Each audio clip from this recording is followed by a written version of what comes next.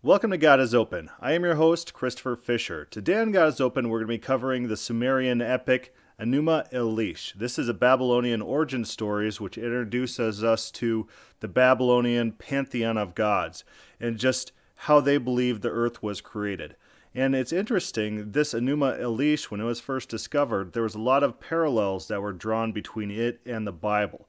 So a lot of the same concepts were repeated, a lot of the same words and phrases. ENUMA ELISH itself, it means when on high. Those are the first two words of this epic. When on high. Remember in Genesis 1:1, in the beginning. So it's kind of the same phrase. It's introducing the starting point for what's going to happen later. So there's a lot of parallels. So what this will also do for us is it will give us an insight into just how language works. We're going to cover the basic story, the basic plot of ENUMA ELISH. We're then going to move in and talk about the language that's used of its various deities. A lot of language that you'll recognize probably from the Bible. Language about sovereignty, language about omniscience, language about omnipotence, language about incomparability, language about incomprehensibility. And what we could do with this is we could see how this language is used in this text. And does it mean what the Calvinist would have these phrases mean? And if not, if contextually in this story these phrases are used of these various pantheon of gods and they're qualified in some sort of way, they're limited by context, shouldn't we apply the same standards to the Bible when we come across the exact same phrases applied to Yahweh? How do we go about reading? And this text is very interesting in that it is an ancient Semitic text. So it's just like the Bible. The Bible also is an ancient Semitic text. We should be reading them the same way. Before we break into this story about ENUMA ELISH, I'd like to really quickly highlight this rendering, this Ancient Astronaut Archive. This is a YouTube channel.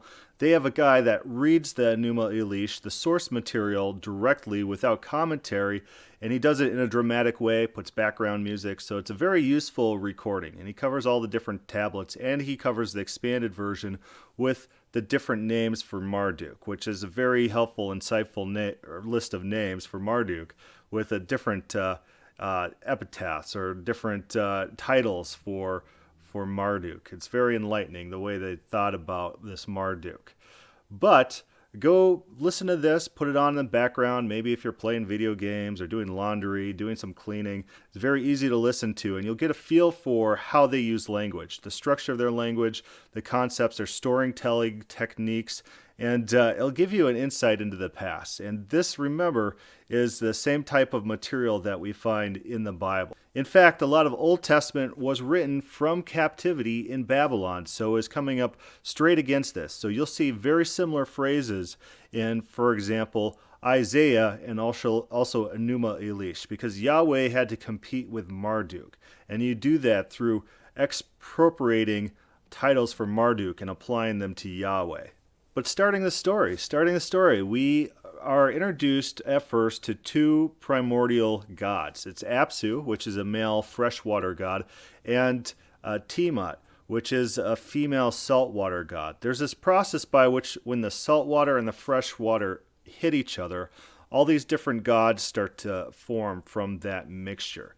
And those gods, sooner or later, they start playing around, having fun, causing a lot of commotion. And Apsu, he's not a very, he doesn't like children, let's say. He's kind of a grumpy old man, and he says, these guys they just keep going, they keep playing, I can't get any sleep, I can't get any rest, we got to do something about these lesser gods. How about this? I will just kill them all.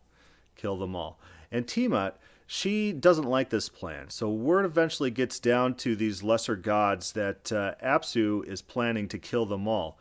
Ea is introduced to this story, and Ea is said to be, quote-unquote, all-knowing. This is one of those all-knowing gods. But of course, he receives information from Tiamat about Apsu's plan. Ea, in turn, devises a counter-plan against Apsu. He's going to put him into a coma, and then he's going to kill him. And he, in fact, goes about and he accomplishes that. So Ea kills Apsu. This enrages Tiamat. Tiamat just lost her husband. Now she wants to destroy all the lesser gods because they just killed him when she just wanted to foil that original plan of the lesser gods being killed, and now her husband is dead. So she appoints this new god, this Kingu god, and this Kingu god she declares as her new husband, and she elevates him in the ranks of her armies. And her plan is to take an army of creatures that she's created and make war against these lesser gods. Just notice in these stories, these gods are all mortal. They can die. They can be killed in combat. Even their originator gods, Apsut and Tiamat, are both mortal gods, even though they have spawned everything that exists. So enters the story Marduk. Marduk is created in the heavens, the abode of the fates, where the gods determine the fates. You know, we get some of this predestined type of language going on there, but of course that just means they generally devise what's going to happen.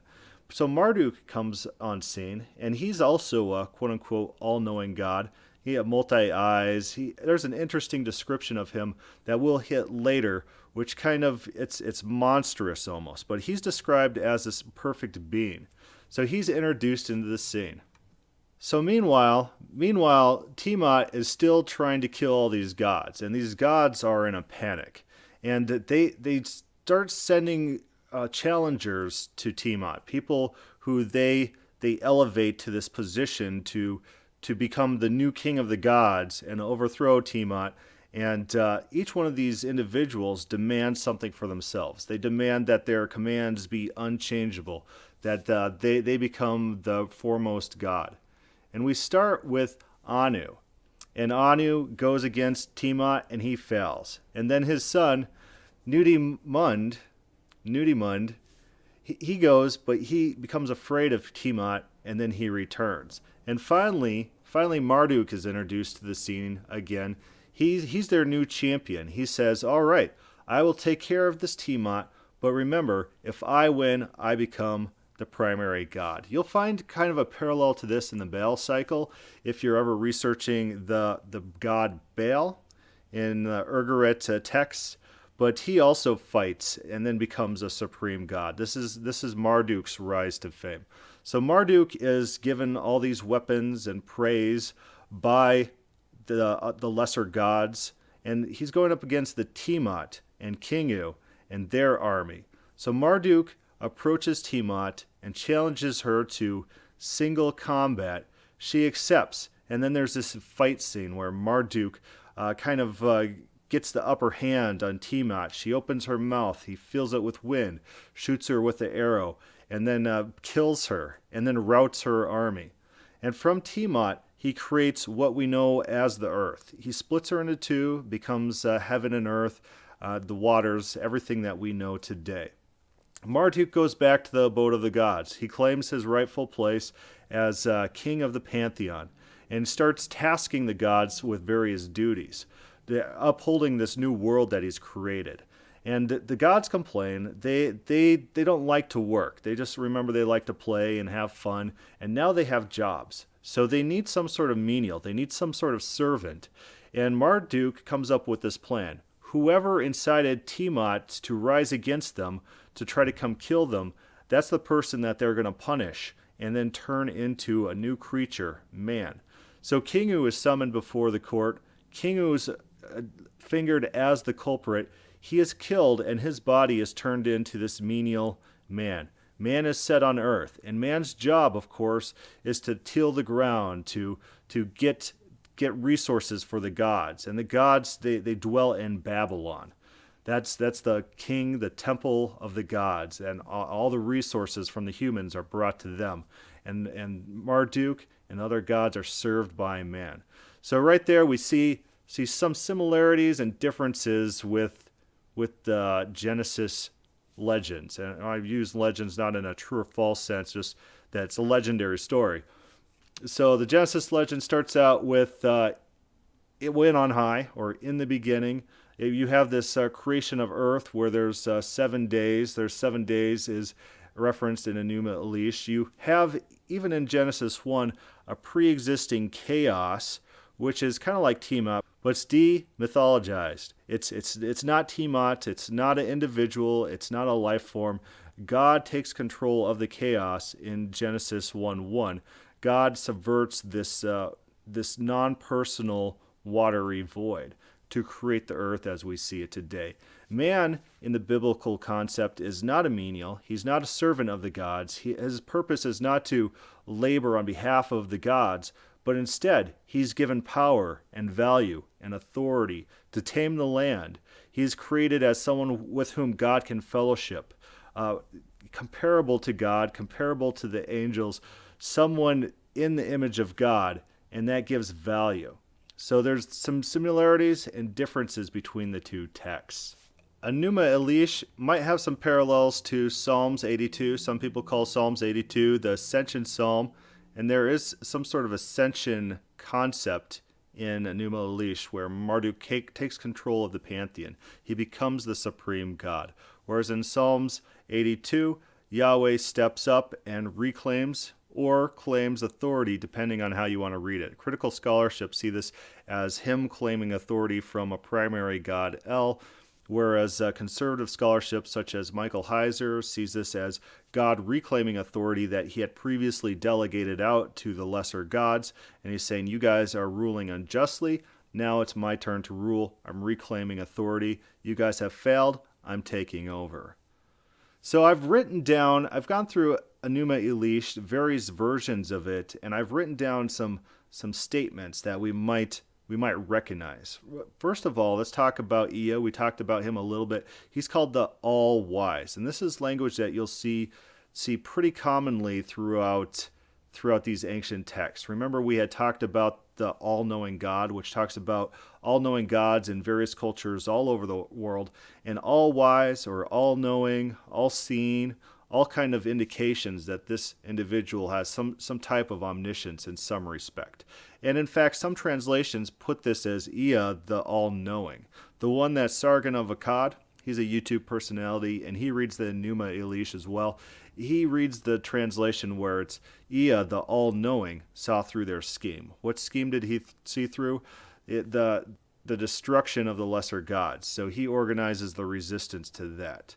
There's Nudimund, and Nudimund is also said to be of broad wisdom and broad understanding. So this should also tip our minds how translations work, because translators have leeway in how they decide what concepts should be translated as what. So even in the Bible, when you see something like all-knowing, it could be all-wise. It could be of great understanding. It could be broad wisdom. But it's up to translator discretion. So that should just tip us off right there that there's a lot of translator bias going on when we are reading the Bible in its context. So broad wisdom, broad understanding, is this wisdom? Is that knowledge? Or is it the ability to deal with knowledge? I'm not sure. I don't read this ancient text. So I don't know if there's any word studies on that. But he's broad of wisdom and broad of understanding and mighty in strength. We see the broad language used of Zeus quite a lot. Zeus is of broad vision, so he sees all things. And through that broad vision, he becomes an object by which people swear on. They swear oaths, and then Zeus is the enforcer. You see Yahweh in the Bible be the enforcer of oaths as well. Yahweh sees all things. Yahweh makes sure that oaths are kept between dueling parties. We see that between Jacob and his father-in-law, where they set a stone and they say, oh, Yahweh will judge. If we cross this with ill intent, then he will condemn us for breaking or violating our oath. And there's people who swear on Yahweh. Yahweh is the enforcer of oaths. Later on, we come across this language about Marduk. Marduk's created, and all these gods are created. So it's not like having all knowledge, being omniscience, knowing all things, that's like has to be some sort of Platonic inherent thing, which is timeless, eternal, identical to self. All this knowledge that we discover within other religions is acquired knowledge. Zeus is a created being, and he acquires all knowledge. Marduk is a created being, and he acquires all knowledge. Marduk is created, quote-unquote, perfect. And remember, in the Bible, when perfect language is used about Yahweh, it's most often referring to his righteous character. It's not referring to his physical makeup, his perfect features, or he's perfect metaphysically, where if he gains 1 ounce of knowledge, if one piece of knowledge flows to him from an outside source, now he's not perfect anymore. Those are Platonic categories. They're not biblical categories. Here in context, this perfect is about Marduk's physical form and features. He's got a perfect body, and which endows him with a double Godhead. I'm not sure exactly what that means. He's greatly exalted. Perfect were his members beyond comprehension. Now, this is not the Platonic notion. Like if you find any language about Yahweh in the Bible where it says that Yahweh is beyond comprehension, people will think immutability, they'll think pure simplicity, pure actuality, outside of time, timelessness, but that's not what it's about. It's just about people aren't able to comprehend it. It's above their level. It's above their pay grade. It's not this Platonic infinite. It's not this Platonic perfection. And it's definitely not, in the case of Marduk, this Platonic comprehension where Marduk is actually a mortal creature who could die, he could fight, he could be seen, his organs and his, look at this, 4 were his eyes, 4 were his ears. So multiple eyes in the ancient world signified some sort of omniscience. You find Zeus is attributed 1,000 eyes in one passages, and other ancient gods as well were, their eyes signified omniscience. That they could see far. We see the eye language motif in Daniel, where you got that wheel, and the wheel has all these eyes. And I think that language as well points to Yahweh's omniscience, this multiple eye motif. And it's really drawing on ancient cultures at that time. Daniel, of course, was written in Babylon and drew on the familiar concepts in the culture around that time. So back to Marduk, when he moved his lips, fire blazed forth, large were all 4 hearing organs, and the eyes, like in number, scanned all things. And so this omniscience motif. So Marduk's eyes scan all things. They watch all things. They know all things. But of course this is limited because he's a limited being. He engages in conflicts. He's mortal. He could die. He fights Tiamat. It's not assured that he's going to win. And it's not Platonic omniscience. It's this common omniscience that we discover in ancient texts, in which it's an acquired omniscience that you look to see. And even though you're looking at quote-unquote all things, that's usually a hyperbole or a generalization, and it doesn't mean you are watching all things. And it absolutely doesn't apply to all things in the past and all things in the future. It just applies to present knowledge, gaining present knowledge. Let's talk about Tiamat a little bit. Remember, that's one of these primordial deities. And it says Mother Hubar, and the Hubar is another term for Tiamat, she who fashions all things. Okay, so if that language was applied to Yahweh in the Bible, people would say, Calvinists would say, see, God controls all things. He fashions all things. Everything that's created, he did it. That's not what it means. That's not what it means. The language here, Mother Huber, she who fashions all things, just means she originated all things. Remember, she did it in conjunction with Apsu. As they're intermingling, which spawned lesser beings, and those lesser beings had children themselves who spawned lesser beings. And so she's just kind of the ultimate source. But in context, this is talking about her being creative. So she builds her army in this section. She creates all these beasts, these serpents, these centaurs, these scorpions, to go fight Marduk. She's just creative. She can do stuff. She is the ultimate cause of everything that exists, but she can be defeated. She is mortal. And then Kingu, of course, Kingu is elevated, and there's an interesting scene in which Kingu is given the Tablet of Destinies. And let's listen to this. As for you, your command shall be unchangeable, your word shall endure. And this phrase, this concept, repeats 4 times in the text. Same language every single time. It's not that he now controls all things. He has Platonic predestination, control, micromanagement. That's not what it's about. It's basically that he can't be opposed. He's given ultimate authority. But in the text, he's ultimately defeated. And we see this language a lot within the Enuma Elish, where people's commands can't be opposed. People are incomparable. People can't be changed. If they say something, it can't be changed. Of course, they're not referring to Platonic immutability. It's not talking about once something is set, nothing ever can ever change it. What it means is they have ultimate power. They have servants that follow whatever they command to be done, and no one has the power to oppose. Not that metaphysically, in some sort of immutable divine realm, this thing is set from all time eternity. That's not the concept they're going for.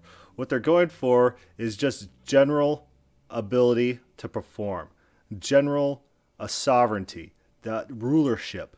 They control the powerful beings. They themselves are powerful. And of course, they can be defeated, as we see in this text. They can be killed, yes. What these statements are, they're generalities. They're statements about general power. And even when it talks about them not being able to be opposed, they can be opposed. But, of course, in the case of Marduk, when it says he can't be opposed, there have been no successful attempts to oppose Marduk within the Enuma Elish. We see in tablet number 2, Tiamat, this is described to her. Her decrees are firm, they are beyond resisting. Remember, we just talked about this language. It's pretty common. This phrase is used 3 different times, and of course, Tiamat in this story is in fact killed. So this is not Calvinistic decrees. So imagine if this language was applied to Yahweh in the Bible, that who could resist the will of God, right? We see that in the Bible. And the Calvinists, they jump on this language and they say, oh, say right there, no one can do anything to ever subvert what God says. So if God says something, it's going to happen. Unless, of course, it's Nineveh, because God then said it wasn't going to happen, but he tricked them and he said it was going to happen just so that they would change, and then it wouldn't happen. And only in the cases when he says something and it doesn't happen, that's when we apply this weird rule with zero context for that. But everything else, everything that does happen that he said did happen, it happened because it was predestined and fated, and no one could stop it. No, again, that's not how language works. Again, in this context, her decrees are firm, they are beyond resisting. What that means is she's a very powerful being, and yes, you can resist it, but often to ill results. And Anu and Nudimmud both tried to claim for themselves ultimate godhead, in which the command of my lips shall neither be recalled nor changed. So that language is applied to first Anu, then he fails, then Nudimmud, then he fails, and then it's applied to Marduk, and he finally succeeds. And Anu, of course, is said, my son, who knows all wisdom. So Anu is another god that's given some sort of all-knowingness, some sort of omniscience. So now we got at least 3 gods within this pantheon that have these traits of omniscience. And you find that often within these pantheons of ancient religions. If you go back to the book, The All-Knowing God, not one God. It usually wasn't just like one God who had the all knowledge. Often it's multiple gods in the same pantheon shared similar traits, one of which often was omniscience. The lesser gods are said to decree the fates. And of course, what that means is they just have general rulership over what happens. So they decide what goes on and when. It's not this fatalism that we experience in Calvinism where everything's set from the beginning of time. It's not about that.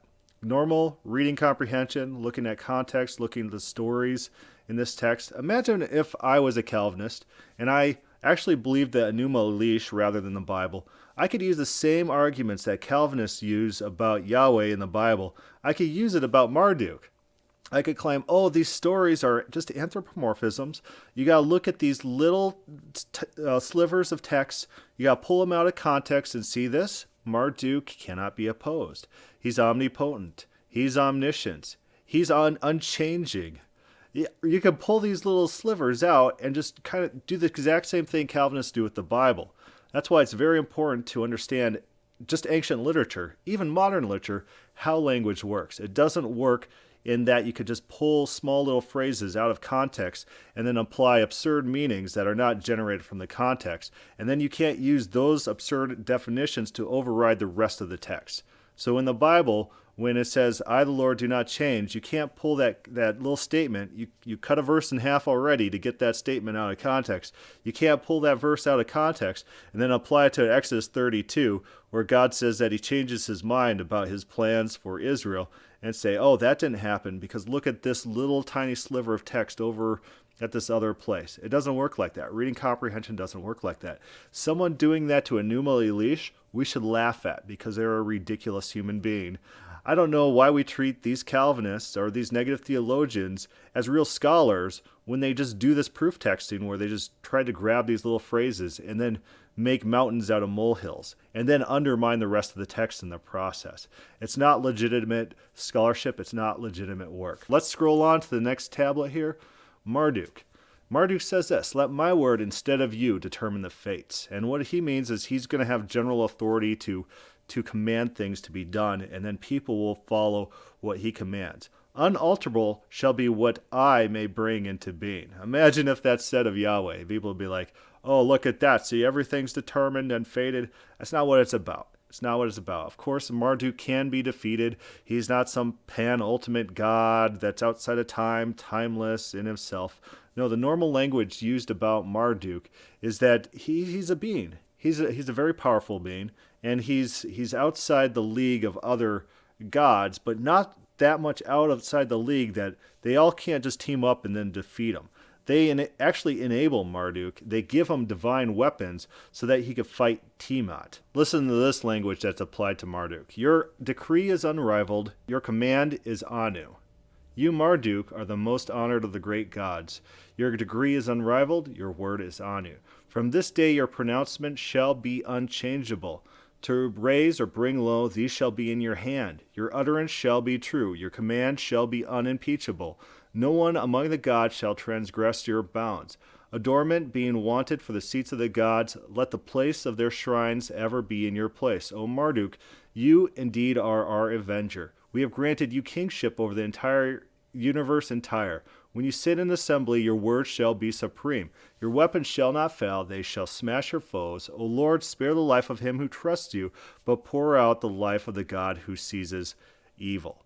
Just listen to that language. So he controls all things. That's what it tells us, right?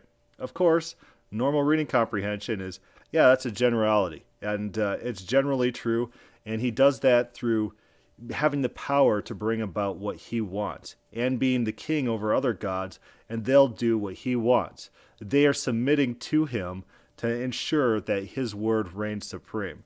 This is not, of course, Calvinistic ideas of divine determinism, divine fatalism, predestination. Not those ideas. Even though the same language, if it was applied to God in the Bible, would be taken as Calvinism. It's just not. Calvinists learn how to read.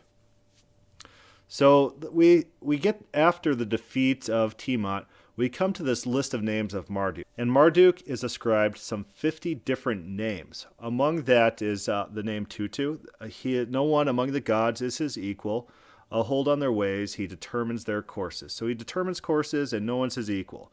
And of course, the same language about incomparability used about Yahweh, people take as, oh, he's infinite, outside of time, and there's no relationship. He has no predicates with the universe. Of course, in context, even in the context of the Yahweh quotes, it's always a comparison of Yahweh to other gods. So even in the context of statements about Yahweh's incomparability, there are statements of comparing Yahweh to other gods. What it means is he's on a different level. Let's say I knew anything about football, and I don't, and there's a player, Brett Favre, and say he's the best.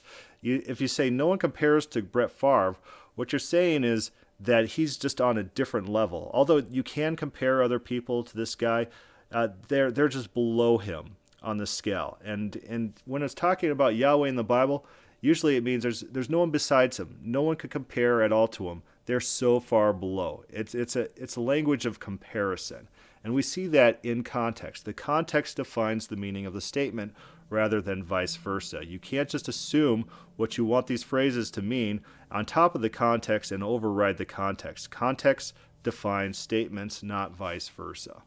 Of course, Marduk is said to know the hearts of gods, and he examines the insides. Yahweh in the Bible is said to test the hearts of man. He's continually watching man, learning and knowing what's in their hearts. Of course, that heart language in the Bible is actually applied to the king of Tyre as well.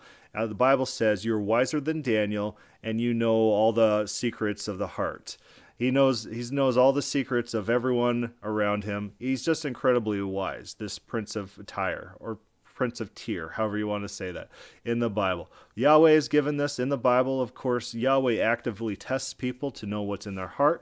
We have the Genesis 22 incident when he tests Abraham to see what he's going to do. It's an active test to figure out what's going on. Yahweh tests to know, and it's a generally true statement.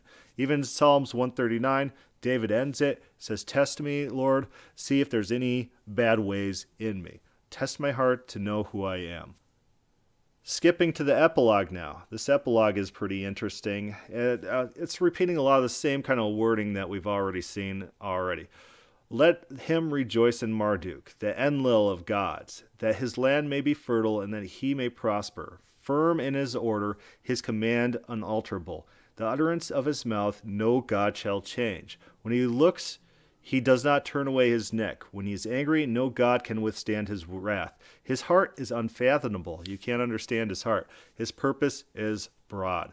So Marduk, as we learn in this text, so Marduk, he's unchangeable. His commands are unalterable. He determines fate. He determines destiny. He has omniscience and omnipotence and perfection.